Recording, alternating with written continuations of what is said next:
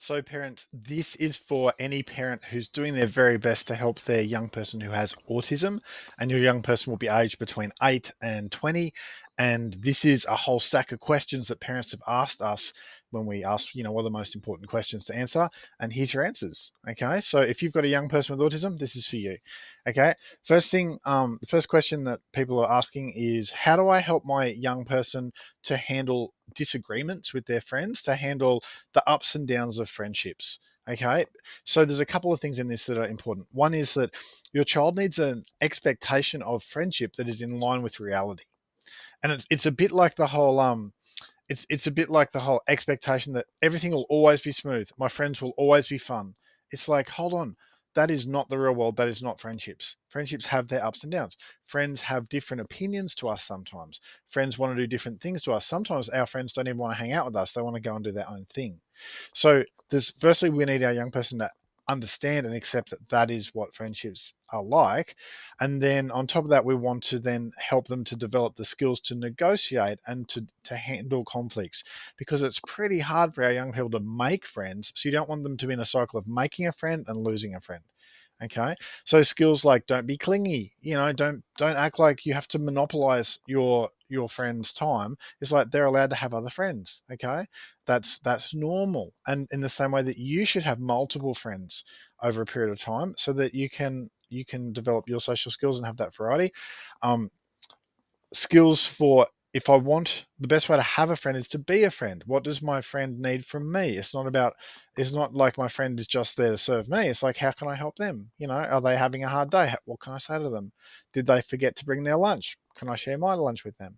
You know, how to be a friend. And that's social skills. And there are courses that equip your young person with social skills, how to have friends and how to be a friend. An example of that would be the peers course, or peers for teenagers, or peers for young adults, which is 14 different social skills over 14 weeks. It really equips young people to make friends easily. But there's lots of courses. Okay. But long story short is, expectations of friendships need to be in line with your reality. One of the expectations of friendships is you don't just go from someone you met to a best friend in a week. Now, I know that's not exactly a revelation to you as an adult, that, but your young person may not. It's usually a 6-month process to go from meeting someone to becoming someone they know, to becoming a friend, to becoming a close friend. Okay, that's a long process, and we don't want to mess things up along the way. So we want to build up our friendship skills, our social skills, and we also want to build up our emotional regulation skills, because we can't just explode at our friends when something goes wrong, or completely withdraw when something goes wrong. We need to be able to handle our emotions well so that we can keep our friends. So that is like a question that needs 10,000 words just to scratch the surface, but those would be a good place to start. Another question parents ask is, how do we do social get-togethers? My child, like, I hear this all the time.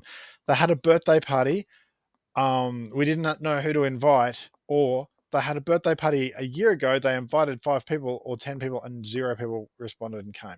Okay, that's a heartbreaking spot to be in. And it's like, well, how do we do social get togethers?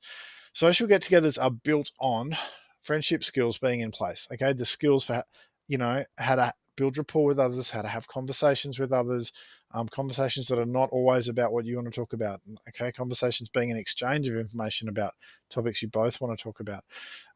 Social get togethers built on emotional regulation skills to be able to handle the pressure of, a social get together. When we do a social get together, there's a couple of things that are big and important. First is, you want a short period of time. Your child or young person is going to have heightened emotions during that social get together. It's tricky. So you want it to be a short period of time, maybe an hour. You also want an activity, okay? An activity where you're not face to face, you're, shoulder to shoulder, because that reduces the level of heightenedness and the challenge of it. So, for example, if you've got young people getting together just playing PlayStation games or Xbox games or something, that can be a good way to socialize. So, 'cause you don't want to create huge amounts of conversation. Also, add in some food. Food is a great icebreaker. Why do people, get together and have dinner on the first date? It's because food is an icebreaker. That can be helpful. And also, your child needs a get out of jail free card. So somehow, if during that social get together your child is not coping, they need to have some prearranged signal with you, and you need to check in with them as well during it. Of if you want this to wrap up early, that's where mum steps in and goes, "Oh, I've just got a text on my phone. I'm really sorry. We're going to have to wrap up early. I'll drop you home early because I have to go into work suddenly." You just where you're creating that get out of jail free card because you want social get-togethers to work. Um, Other questions parents have asked. By the way, I've got way more Q&A than this in a little ebook that's about 15 pages. Read it at your leisure. If you click on the link below in the description, there's a link to that. We'll send it to you. And also that's a document you can send to other people. Send it to your partner, send it to the grandparents, send it to other people so they can have their autism parenting questions or how to help your child sort of questions answered for you. Okay, look in the description below. Pause the video if you need it. Go and grab it. Okay, another question people have is, how will my child get a job? It's like, whoa, two things on this. One, let's deal with today's issues today and tomorrow's issues tomorrow. So unless your child's already, 16 or 17, this is a tomorrow issue. This is a down the track issue. You'll be astounded by how far your child comes in the next couple of years. Okay. And particularly in the realm of social skills and emotional regulation skills, because the skills to have and keep a job are social skills and emotional regulation skills. So rather than trying to teach job specific skills, the best thing we can do, in my opinion, is to actually teach friendship skills, social skills, okay, and emotional regulation skills. So how do I help them have a job in 3 years, 5 years, 10 years time? It's build those social skills and emotional regulation skills now.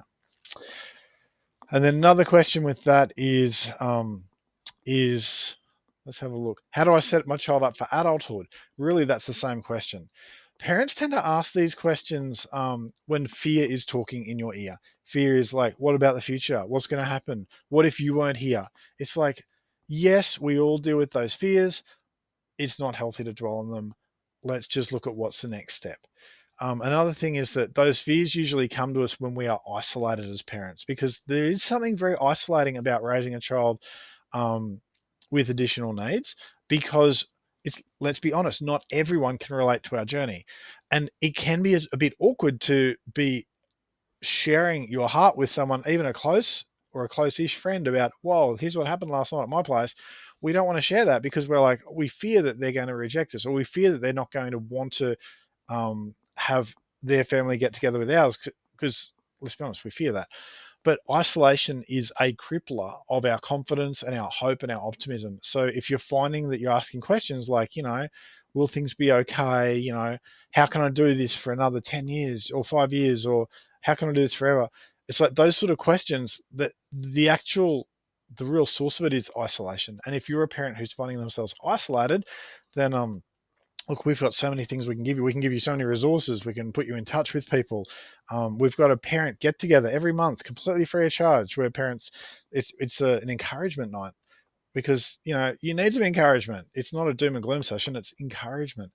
But yeah, you as a parent cannot afford to allow yourself to get isolated. That's not a happy place to be for you, and it won't make you your best self for your raising your child.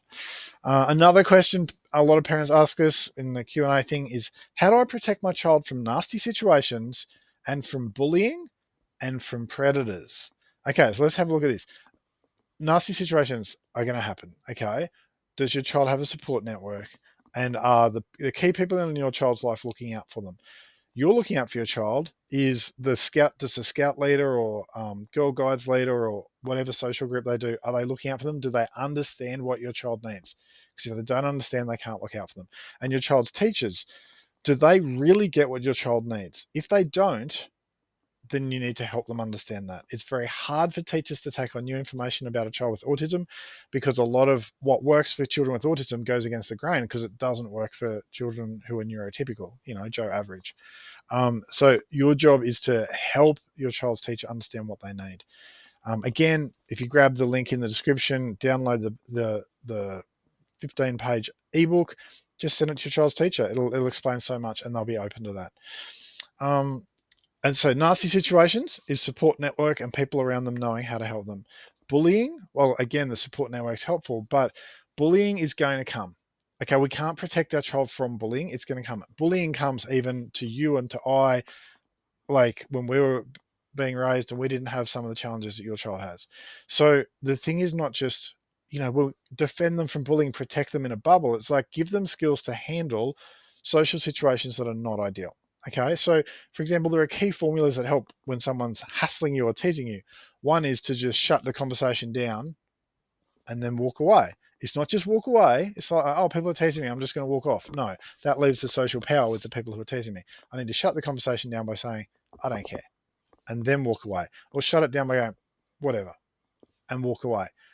May or may not work, but it's a lot better than sitting there stuck in a conversation you can't win, something like that. So there are specific skills that help young people who are being bullied. I know that, say, in Secret Agent Society, which is for primary school children, or for peers for teens, or peers for young adults, for your teenagers or young adults, there's specific skills that help with bullying and that reduce the likelihood of it, whether it's overt bullying, outward bullying, or whether it's like that subtle sort of gossipy sort of nastiness.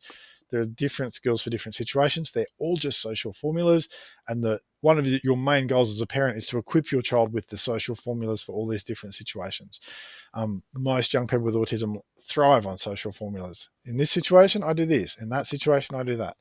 It helps life a lot. And then the last part of that question of how do I protect my child from nasty situations, bullying, and predators? Now, predators is a tough one because the world is full of predators. And when your child's 9 years old, you can be very much looking after them. When your child's 19, it's a different story. So I guess with predators, especially with, say, as our young people get older, they're more and more likely to mask their emotions. And masking is when you're presenting what the version of you that you think the world wants to see, you're presenting that to the world. So if your child is playing soccer and they're masking, they're going to be like, oh, soccer's awesome, soccer's great, even if they're not enjoying their game. Well, in the same way, what about when your child's 18 and they're at the pub and other people at the pub are pressuring them to do things that aren't exactly great ideas? We worry about our child with predators, but the thing is, you've got now that you can prepare your child with what social skills they need to say yes to things and say no to things. Things like, what sort of social group do you want to be a part of? Where are your sources of friends? Is your source of friends, strangers? Or is your source of friends people in, I don't know, the table tennis club you're part of, or the board game club you're part of, or whatever it is that you love? But worrying about predators is not the solution. The solution is equipping your young person with skills now. Okay. This is an interesting question. I'm on every waiting list, says a mum. Most of these waiting lists, they say 6 months, but then, 2 years later, you're still on the waiting list. Where can I get some real help for my child?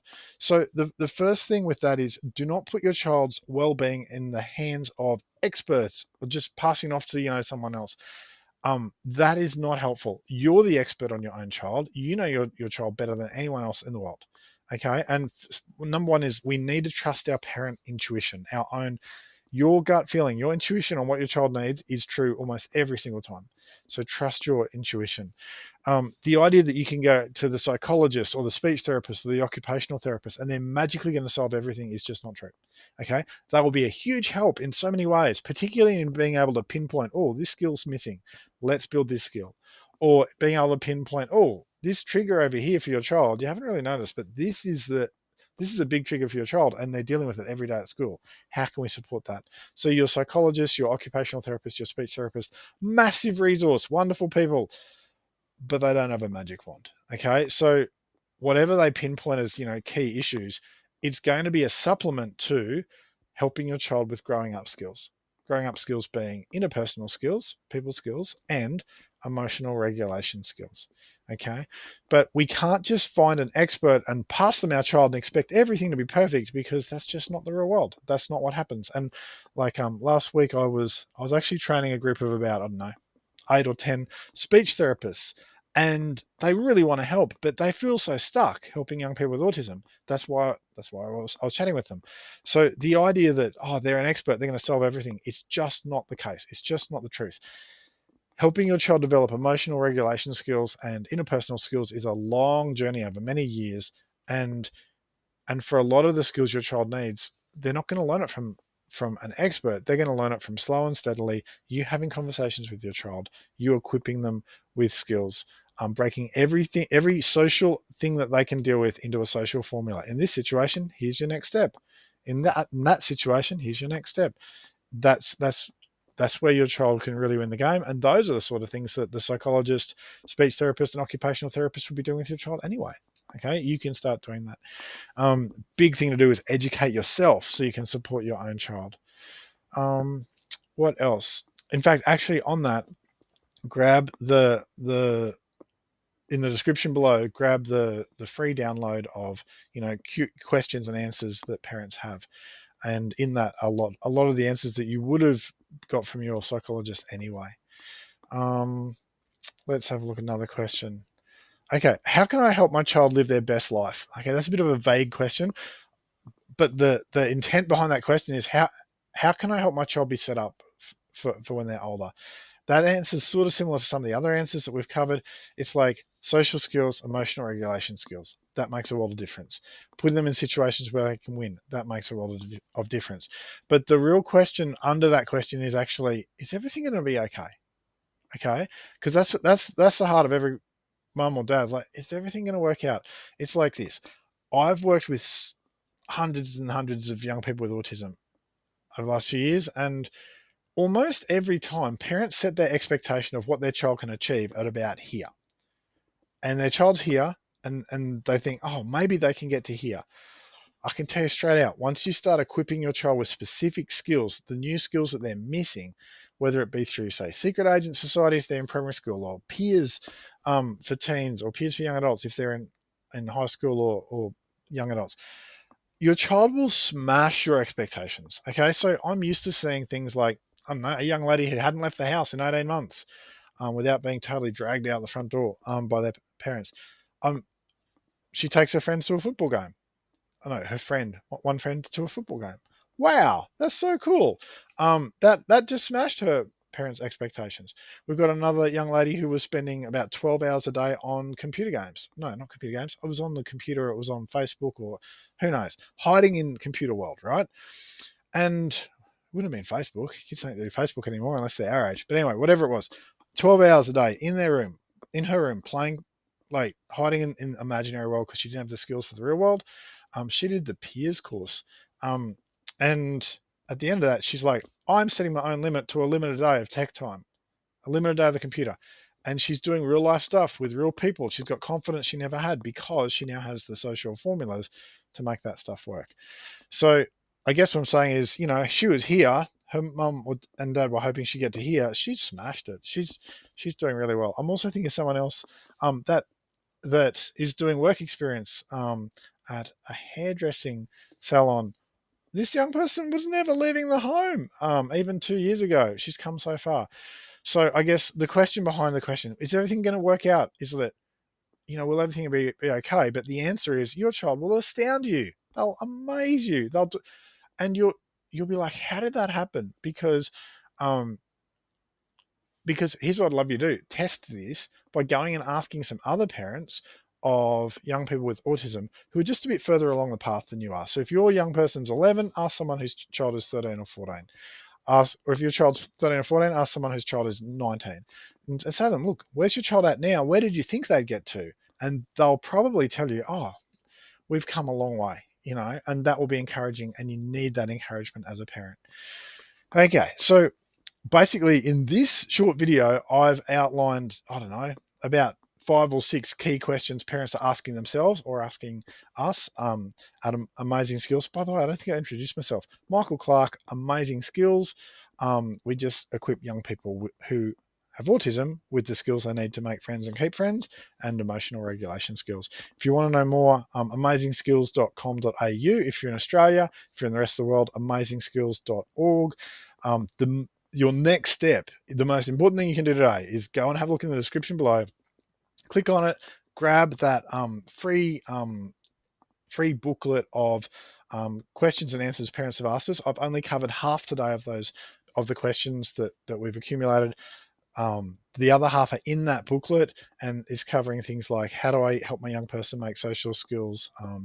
How do I help my young person handle their emotions so that we don't have as many meltdowns? So we have shorter meltdowns. So we have less meltdowns. Meltdowns being just the result of being overwhelmed. So yeah, go and grab that. I hope this is a big help to you. And I want to really encourage you that if you're watching this, you really are the sort of parent who's going to have a child that thrives because you're getting more and more info so that you can help and support your own child. Well done.